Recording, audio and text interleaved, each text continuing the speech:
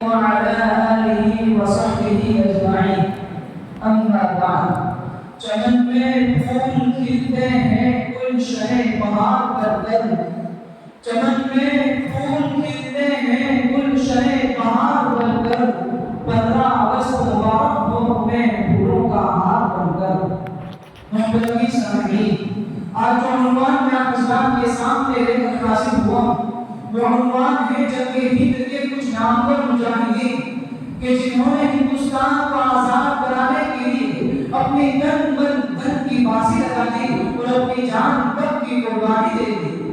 اور ان میں سب سے ممتاز طریقے پر سب سے پہلے نام آتا ہے سلطان ٹیپو شہید رحمۃ اللہ علیہ. سلطان ٹیپو شہید رحمۃ اللہ علیہ ہندوستانی تاریخ کا وہ نامور مسلم حکمراں تھا جس نے ملک کو انگریزوں سے آزاد رکھنے کے لیے اپنی جان تک قربان کر دی. وہ ایک کامل حاکم، نیک صالح بادشاہ اور مفکر و عالم تھا.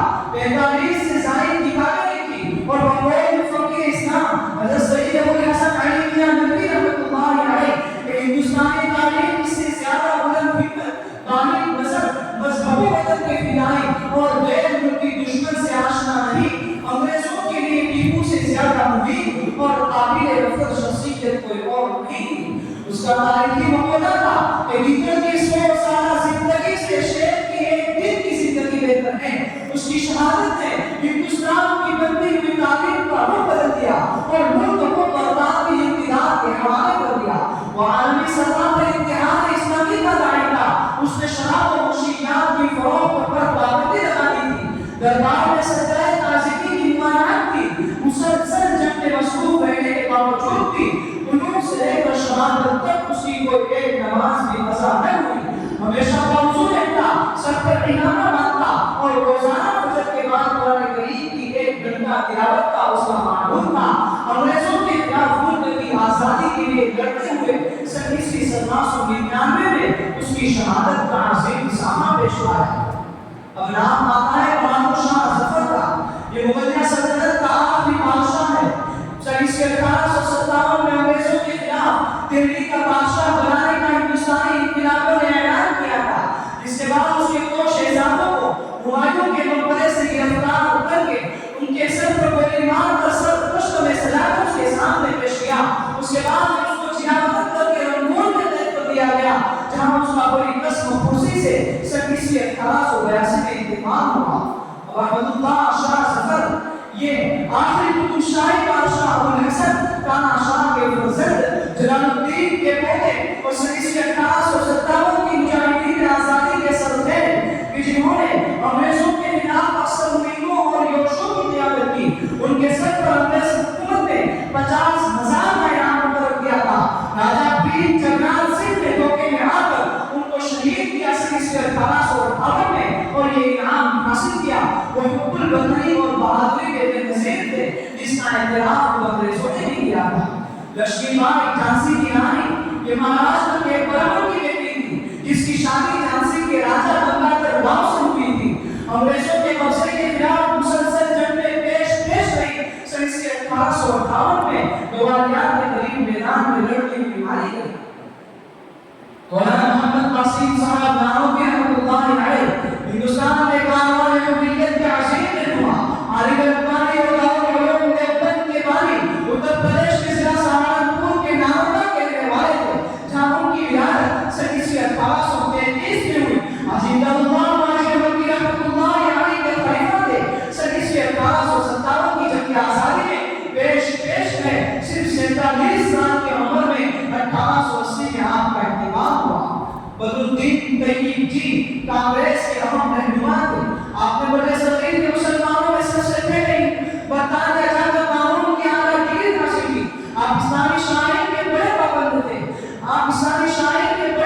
تھے. ممبئی کے ہائی کورٹ میں چیف جسٹس کے عہدے پر فائز ہیں. ممبئی میں انجمن اسلام تعلیمی ادارے کے آپ بانی تھے. 1906 میں آپ کی وفات ہوئی. اور شیخ الہند مولانا محمد حسن صاحب دیوبندی رحمۃ اللہ علیہ آپ تحریک آزادی کے سب سے ممتاز اور مذہبی رہنما، دارالعلوم دیوبند کے صدر مدرس اور جامعہ ملیہ دہلی کے بانی، عظیم اللہ رحمۃ اللہ علیہ کے خلیفہ اور ریشمی المال تحریک کے اصل محرک آپ